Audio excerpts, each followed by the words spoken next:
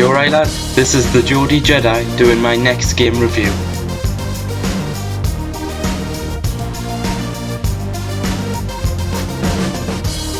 As the previous screen has told you, our next game, Grand Theft Auto 5.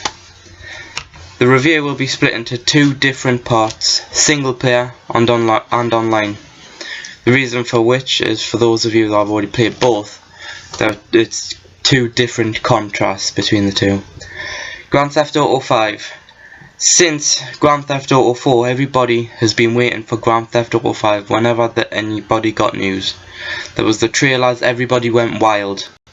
It was almost a YouTube phenomenon, simply because it came out. Which is pretty good, you have to say, just for a trailer of a game that everybody knew was coming out either way. So everybody went absolutely wild as soon as it came out. Both with good and bad, eventually, reviews.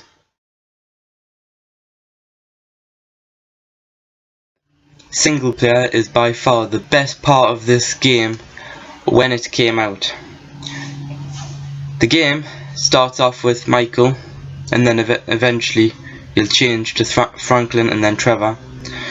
The game uses essentially a character wheel, including your online persona, so that you can change between the top three characters at least seamlessly.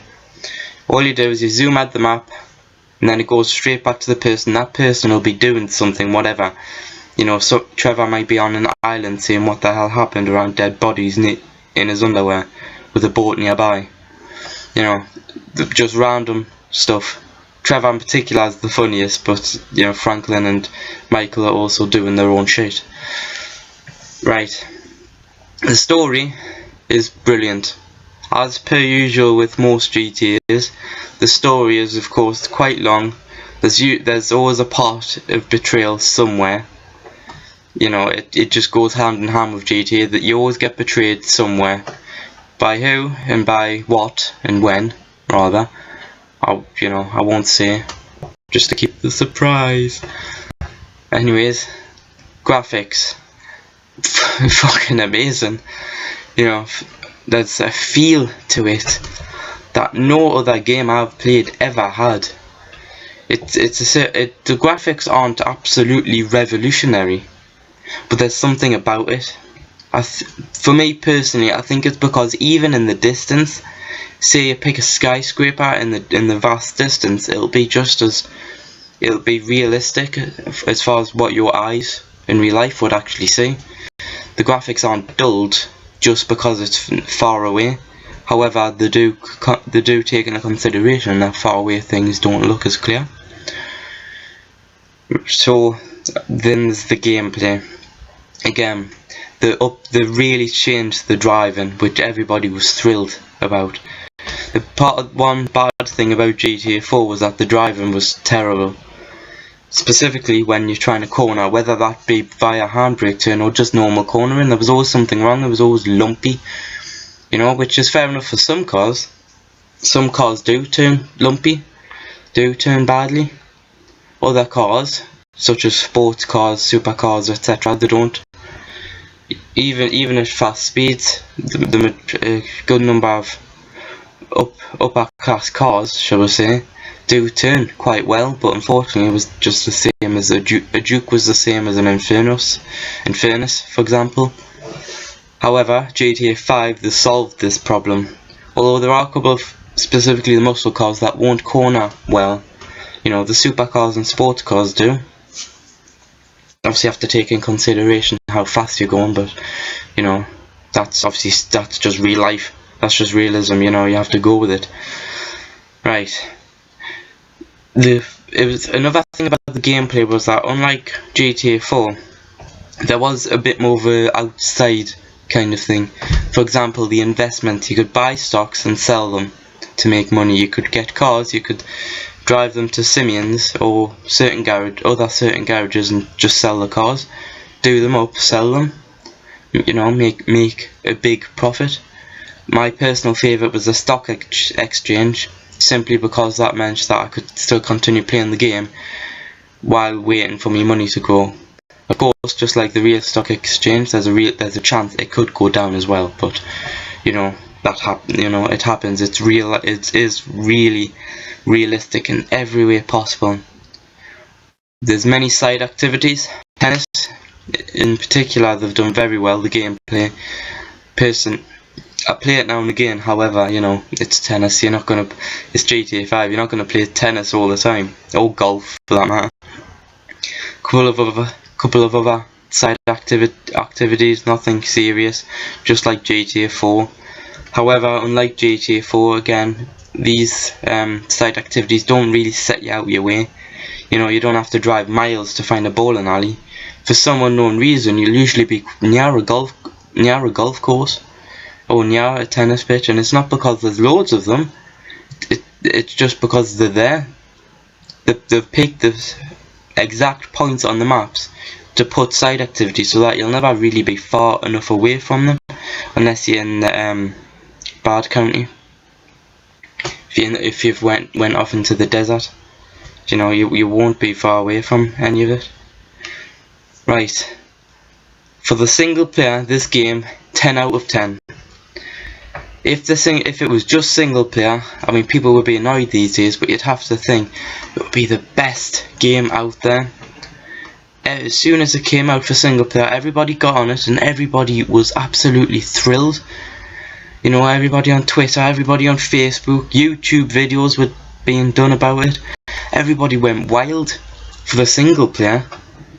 Now, the online, that's a completely different thing.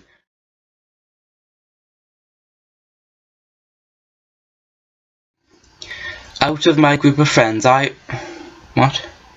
Yes, I do. Yes, I do. Of course Xbox Live friends count. They're friends. It doesn't matter if they're virtual. If I've never even seen their faces, they're friends. I don't know. You class God as a friend? Have you seen him? No. Shut up. Sorry about that. I was the first of my friends to get online. This was only because I had the patience to actually sit there and wait over an hour for the first compulsory race to go ahead. Now, they took about an extra month to sort, I assume, these problems out. We got single player about a month before we got online. Now, we're waiting an extra month for online. Online was the main draw of this game. Everybody had heard about and thought, yes, this will be the shit. This will be fucking amazing. But we had to wait an extra month for it, and we thought, okay, single player's brilliant, but we can wait a month. About a month isn't, a long time to wait. So long as GTA Online is good. In fairness, as soon as you got past that race, it went better. Still didn't go brilliantly. Now it does. Now it works brilliantly, but it took them a very long time to sort that problem out. Anyways, waited. Okay, I got online, started making me persona, me guy, leather jacket and everything. Started making me money. Eventually got enough to buy the house. The big apartment. And then obviously, fill me garage up, muscle cars mostly. Me and my friends made a crew, TPA, Telegraph Pole Appreciation Society. Don't ask why, it's just random. Anyways, we started working together. There was always glitches, there was always, one person that couldn't play with another person just because of the internet connections for whatever reason. There was always loads of little glitches. However, it worked. It took time, but after the first race, everything went a little bit more smoothly. You could actually do jobs. Anyways, out of my friends, I was the one that played. I keep saying that my friends, it's as if I'm trying to make you believe I have friends, which I do. I do have friends. Anyways, I was the one that played on GTA Online the most. I was the highest level. I was the one that generally had the most money, mainly because of the GTA money glitch, when you could sell cars repeatedly. Those of you who know what I mean. So became incredibly rich, did jobs, and in fairness to Rockstar, they got a lot of jip, they got a lot of grief over GTA Online. But after, you know, I don't know, maybe a couple of months, they really got all the shit sorted. You know, I mean, there's updates for it. They're still bringing in new cars. They've done a brilliant job of solving their own mistake, which shouldn't have happened in the first place. But you've got to give credit where it's due to solving a problem. I mean, you know, some games might not have done it. I mean, it helps that GTA 5 was obviously is the best-selling game of 2013. So it helps that, you know, if people start returning them, you know, that reputation will go. So they had to solve the problem, but you know, you've still got to give them props for doing it, and doing it well enough so that there aren't many more problems. Eventually, they started creating your own jobs and creating your own playlists. I mean, there's YouTube videos out there that just are made just to play the GTA Online. The Sidemen, some of you will know who I mean. The Sidemen are a prime example of that. Anyways, for the online, right now I'd give it an 8/9 out of 10, because you know it's good. The majority of people play online these days. However, I wouldn't say it's as massively revolutionary as the single player felt. At the start, I'd give it a 5 out of 10. You know, at the most. It was such a piss take to get through all that shit so that you could play what was a pretty good game. But, you know, they had about an extra month. They had time to solve this problem, and they didn't do it. They had to take twice what it took, what we had to wait for them to sort the shit out. Anyways, it's been the Geordie Jedi. Leave a like if you want, subscribe if you want. May the Force be with you.